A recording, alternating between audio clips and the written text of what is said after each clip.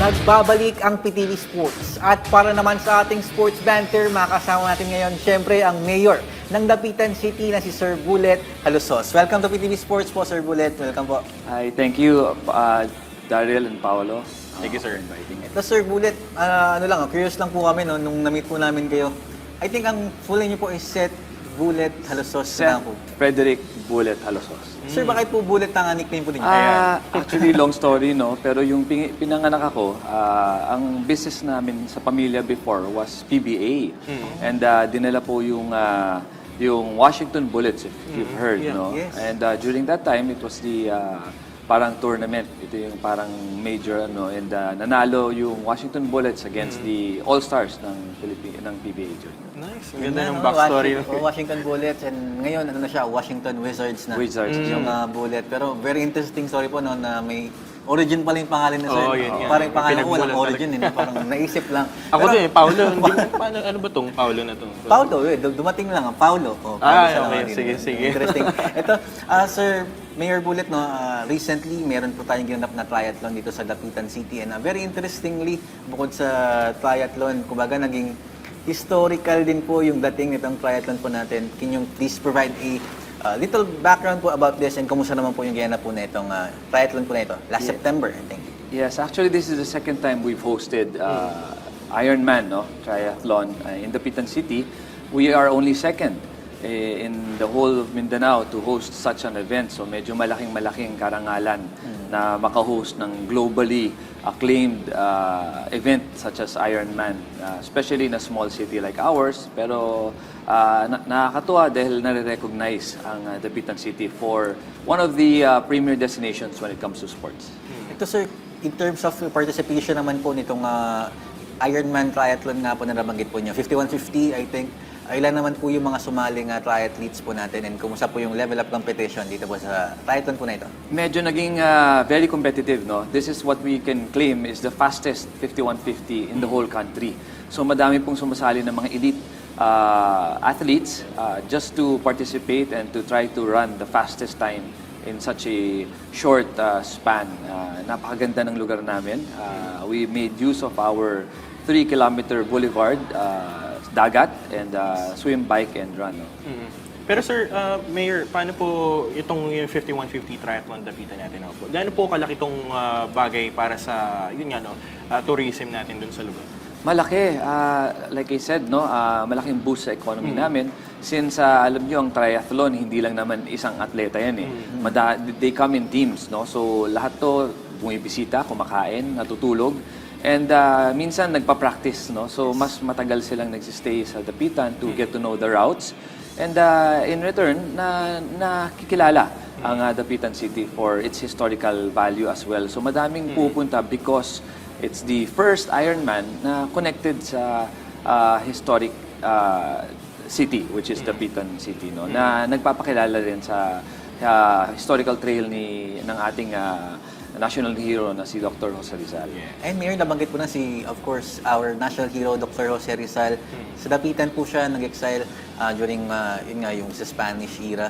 And very interestingly, nabasa ko po yung part po nitong triathlon natin. Is meron po tayo parang kumbaga, lalakaran po natin yung mga nilakaran din po ni Rizal, and then meron din po tayong yung parang Noli Walk. Noli Run. Noli Run. Kumbaga, suot po sila ng damit po na nung era po nung Noli Metangera. So, can you please provide background regarding this? Oo, actually this is a one-of-a-kind run na talagang ginaganap every Ironman, no? But this time around, like I said, it's the first time to have something like that na parang themed run siya. Representing the characters of Noli Metangere. And madaming Dr. Jose Rizal tumatakbo, nandun din yung may mga Josephine Brackens din. Aside from the characters of the book, no, napakaganda because not only can we learn or relearn para sa ating mga kabataan ang history ni Dr. Jose Rizal, but we can actually run yung mismong daan na kung saan naglalakad dati ang ating national hero na si Dr. Jose Rizal. With that being said, Mayor, no, saan po ba, pwede po ba natin bigyan ng, yun lang parang knowledge ng ating mga sports fans, no? Kung saan po galing yung idea natin na magkaroon ng mga ganun, Nolly Run, no? So Yes. talagang napakagandang concept to, and sabi nyo nga po, no, first time to na gawin. Pero paano po ba yung naging, naging idea, ano po bang, natin? Actually, when I first sat as mayor, no, sa administration natin, pinag-usapan talaga namin na gawing lahat ng mga events all around surrounding the history of Dr. Jose Rizal. Kasi kami lang po sa Dapitan City can claim na where Dr. Jose Rizal has lived.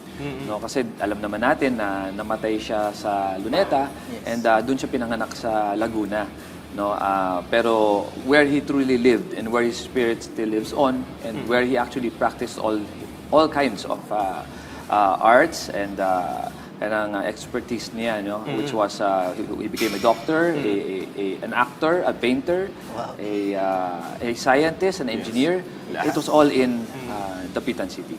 Ito po, Mayor, no, kumbaga sobrang importante na besides sa sports, may introduce din po yung history ng Dapitan City. Pero sa iba pa pong ways through sports po ba, ano pa po yung mga plano po ng government? Kumbaga para makagawa ulit po tayo ng ganitong klaseng collaboration na kumbaga fit na sila through sports and then natututo pa sila sa history nitong city po ninyo sa Dapitan City. Oo, actually just recently also, second year na naman namin ngayon to host a first international Arnis tournament, no, where ang tawag namin Jose Rizal Arnis Challenge, wherein we believe na the very first escrimador na Pilipino is ang ating national hero again, si Dr. Jose Rizal, him being Fencer. a fencer, no. Yes. So doon talaga ang punot dulo ng kagalingan ng ating national hero. Ito, Mayor, after this big events na hinost ng Dapitan City, kumbaga open po ba lagi itong Dapitan City to open? Kumbaga may magpo-post po sa inyo, big sports event, di lang po triathlon, kumbaga yung mga grassroots event din po natin dito sa Pilipinas, mga national sports tournament. Open po ba ang Dapitan City to host po? Of course, yun nga, we really plan to not only have yung tourism na normal, which is yung beaches, yung beautiful mountains.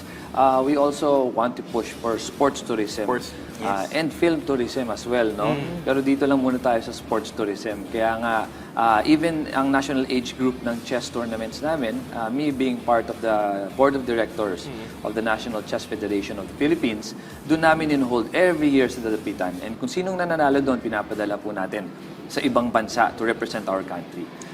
Ito, Mayor, let's talk naman po. Yung, kumbaga kayo, Mayor, basta usap natin kayo na mukhang active din po kayo in terms of sport. Kaya naman po, Mayor, ano naman po yung, kumbaga, recreational activity na na-enjoy nyo, yung mga sports na nilalaro po ninyo para to stay fit din po. Ako, wala yata tayong oras para isa-isahin natin yan. Pero lahat po, like I said, lahat ng sports na events na hino-host namin, sinasalihan ko din. Wow. So Grabe. actually, I'm one of the first mayors na nag-compete din sa Arnis and actually won, no, against an international Italian Arnis instructor, no, and also every time we hold Ironman sa Dapitan City, sumasali rin po ako para ipakita sa mga kabataan na kung kaya nga ng mayor nyo na medyo may edad na, ano pa kaya yung mga kabataan, and also to try to sway them away from the digital world na sana lumabas sila at bumalik sila sa sports.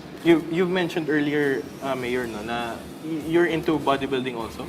I'm the president of the Mandirigma Bodybuilding Federation of the Philippines, no. So it's an NSA under the Philippine Olympic Commission, wherein naghahanap kami ng mga athletes para ipadala sa ibang bansa to compete during the Olympics. Alright. With that being said, Mayor, meron ba tayong mga program din sa Dapitan na, yun nga po, no, na katulad ng nasabi ng aking teammate, no, na grassroots programs, meron po ba tayong mga specific programs na mag-focus lang dun sa pagbuo ng mga atleta na homegrown Dapitan mismo na galing sa Dapitan? Buti na sabi mo yun, Daryl, no? Actually, we do have a program, no? It's called the Servicio Bilis para sa mga bata, SBB. Yearly namin to ginagawa. For the first year, we had 200 participants. And last year, we had 2,000 participants. No? Ang ginagawa namin is we have a free classes for sports, singing, dancing, lahat when it comes to the kids. No? So, inuumpisa namin yung mga bata early and nagbabayad po kami, kumukuha po kami ng mga daming mga instructors and professionals para tumuro sa summer workshop namin sa Dapitan City para maingganyo din ng mga kabataan na bumalik sa school. Maganda yung partner, no? Oo, kasi mga grassroots talaga, di po natin masabi, baka po yung next Olympia natin, galing na ng Dapitan, no? Oh, yung last, di ba, si Yulo, Oo, last galing Yulo. Manila. Oo, di ba? si Heidi Lin galing Zamboanga. Actually, So, si Yulo competed also in Dapitan City Oh, at di one ba? point. Oo. Talaga, Mayor, kailan po siya nag-compete sa... Mga 2014. Bata pa po siya noon eh. Pero nakita ko na may picture siya dun sa Palarong Pambansa when we hosted in Dapitan City as well. In addition to that, Mayor, no, nice din po ba natin magkaroon ng mga ganong klaseng atleta na galing sa Dapitan mismo? Yes, we're trying to locally hone yung mga athletes namin. Baka pwedeng ma-recognize naman siya in a national scale and then hopefully globally. No? So talagang grabe yung suporta namin sa mga kabataan when it comes to sports sa Dapitan. And speaking to that, Mayor, meron din po ba tayong mga ipinadala noon sa Batang Pinoy po? Sa katatapos ng Batang Pinoy Batang na Pinoy. Team Dapitan, meron po? Yes, we did, no. Meron tayong mga tennis players and then meron tayong arnis also as well. So, we're really focusing on specialized sports kung saan talaga tayo nag-excel. Instead of sending a lot, tumututok lang tayo kung saan gumagaling yung mga Dapitanons, doon namin pinapadala sa mga palarong pambansa or mga batang Pinoy, which just happened recently as well. Musta naman po yung naging campaign po nila? Any medals po na nakuha ng Dapitan? So far wala eh. Nahirapan kami noon eh.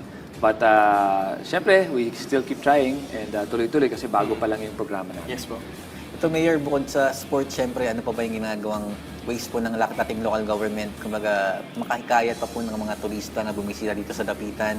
Syempre, pag mas maraming turista, mas maraming trabaho, mas maunlad po yung magiging yugto po nitong Dapitan City. Ano pong ginagawa ng local government po natin? Actually, I think we're successful in promoting tourism sa lugar namin. So much so na I'm happy to announce ang Dapitan City from third class, naging second class city na siya just last week. No? And I think tourism has a lot to do with it. No? Dumami yung mga turismo, dumami yung mga investors na pumasok sa Dapitan, it being very, very safe. And pinagpapatuloy namin yung historical value ng lugar namin, which is Dr. Jose Rizal, where he spent most of his most productive years dun sa lugar namin. No? So, madaming bumibisita and I hope na makabisita din kayo sometime. Yes, for sure yan, Mayor. Doon din po yung yung Dakak ba yun? Doon din po yung Nandun din yung lugar sa resort. Dapitan. And we also have a theme park, the only one outside of Metro Manila.